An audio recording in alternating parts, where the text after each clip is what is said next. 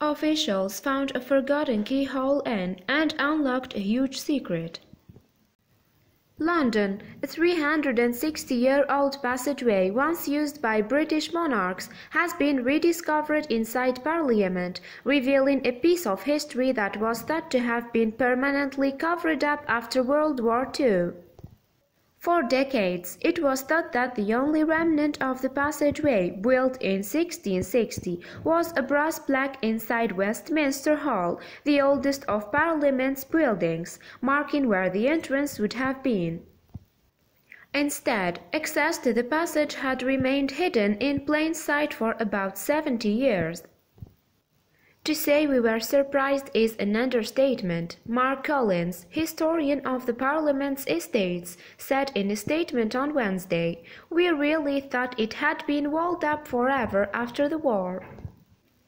The passage, created for a procession to the 17th-century coronation banquet of Charles II, was then used for about 150 years for other coronations and by lawmakers to gain access from the hall through to the original House of Commons chamber.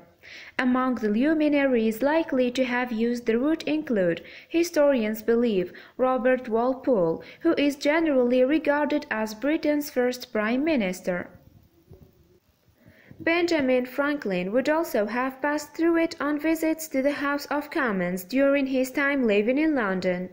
Others who walked the flagstones as they made their way to the chamber were the diarist Samuel Pepys, Charles James Fox, Britain's first Foreign Secretary, and William Pitt the Younger, who in 1783 became the country's youngest Prime Minister at age 24. To think that this walkway has been used by so many important people over the centuries is incredible, said Lindsay Hoyle, the current Speaker of the House of Commons, who in recent weeks became the first senior lawmaker to visit the find.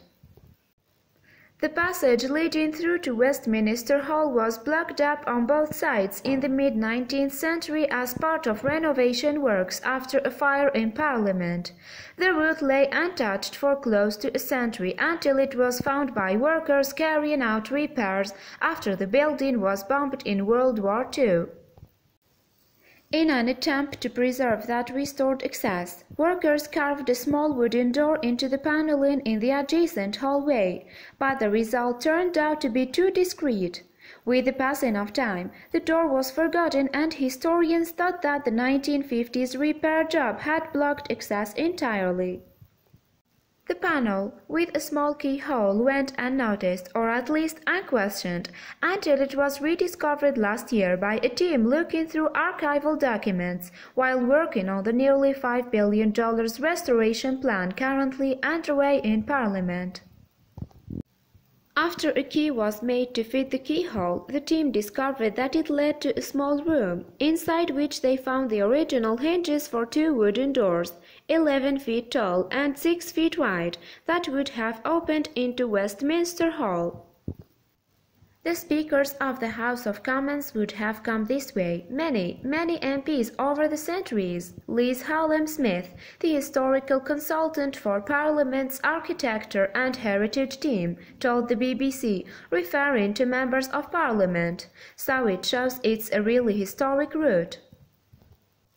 The discovery of the passage was not the only surprise for the team of historians. They also found graffiti dating to 1851 on one of the walls. When the door was blocked up in the 19th century, the Victorian labourers who laid the bricks left behind a personal mark, scribbled on the wall, and still legible today was a note, part of which read, "This room was enclosed by Tom Porter, who was very fond of old ale." Westminster Hall dates to the 11th century, though most of the Houses of Parliament, also called the Palace of Westminster, was constructed in the mid-1800s. The passing decades have taken their toll. In a 2016 report, the building was labelled a fire risk, and last year a leak sent water gushing into the Commons debate chamber, halting proceedings. In 2018, lawmakers approved a refurbishment program that is expected to cost nearly $5 billion, but progress has been slow and contractors say that the completion of the work could be delayed by several years. As the restoration project continues, Ms. Hallam Smith, the historical consultant, said that the latest rediscovery of forgotten history was unlikely to be the last. Finding something as important as this was extremely exciting, she said in an interview on Thursday. It shows that the Palace of Westminster still has all these secrets to give up.